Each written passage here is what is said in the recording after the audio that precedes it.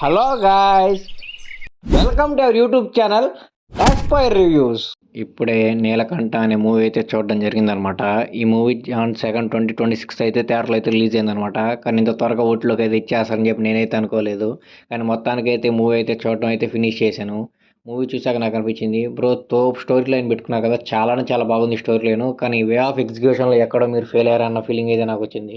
Story line మాత్రం cake ఉంది భయ్య, చాలా బాగుంది అనమాట. స్టోరీ లైన్ ఏంటంటే, చిన్నప్పుడు హీరోకి ఒక శిక్ష అయితే వేస్తారనమాట. ఆ శిక్ష వల్ల హీరోకి ఎలాంటి కష్టాలు వచ్చాయి, ఎలాంటి కష్టాలు ఎదుర్కొన్నాడు, ఆ కష్టాలను ఎలా అధిగమించాడు, లాస్ట్కి ఆ కష్టం అందరికీ తెలిసిందా లేదా, అది నిజమైన తీర్పా కాదా అని చెప్పి స్టోరీ లైన్ అనమాట. స్టోరీ లైన్ చాలా బాగుంది. నాకైతే చాలా కొత్తగా అనిపించింది, నచ్చింది కూడా నాకు.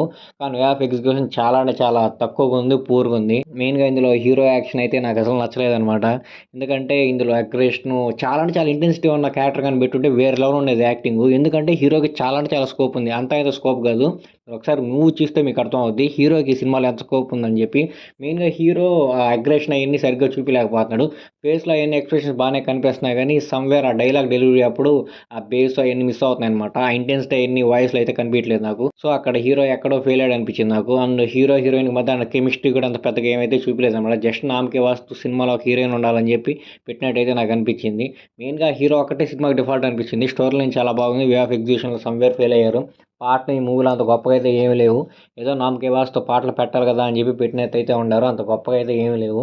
సో విలన్కి కూడా అంత పెద్ద పవర్ఫుల్ క్యారెక్టర్ అయితే ఏమీ లేదు. స్టార్టింగ్ నుంచి ఆ పవర్ఫుల్ క్యారెక్టర్ని బిల్డ్ చేసుకుంటూ వచ్చుంటే బాగుండేమో. విలన్ కూడా అంత హైలైట్గా చూపించకపోవడం వల్ల లాస్ట్లో ఒకసారిగా విలన్ చూపించి ఇట్లా విలన్ని చంపేయడంతో నాకు తుస్సు అనిపించింది సినిమా. అంటే విలన్ అంటే ఒక పవర్ఫుల్ రేంజ్లో ఉంటే మనకు కూడా ఆయన వాళ్ళని చంపుతుంటే ఒక ఇంపాక్ట్ఫుల్ సీన్ అయితే కనపడుతున్న ఫీలింగ్ అయితే వస్తుంది అనమాట. సో ఆ ఇంపాక్ట్ఫుల్ ఫీలింగ్ అయితే నాకు రాలేదు. ఏదో అలా అయిపోయింది సినిమా, ఏదో చూసేసాను. కానీ స్టోరీ లైన్ మాత్రం బాగుంది. ఒకసారి అయితే చూడొచ్చు, చూడడానికి మాత్రం చూడండి. ఓటీటీ ప్లాట్ఫామ్ అయితే స్ట్రీమ్ అవుతుంది. మూవీ పేరు అయితే నీలకంఠ.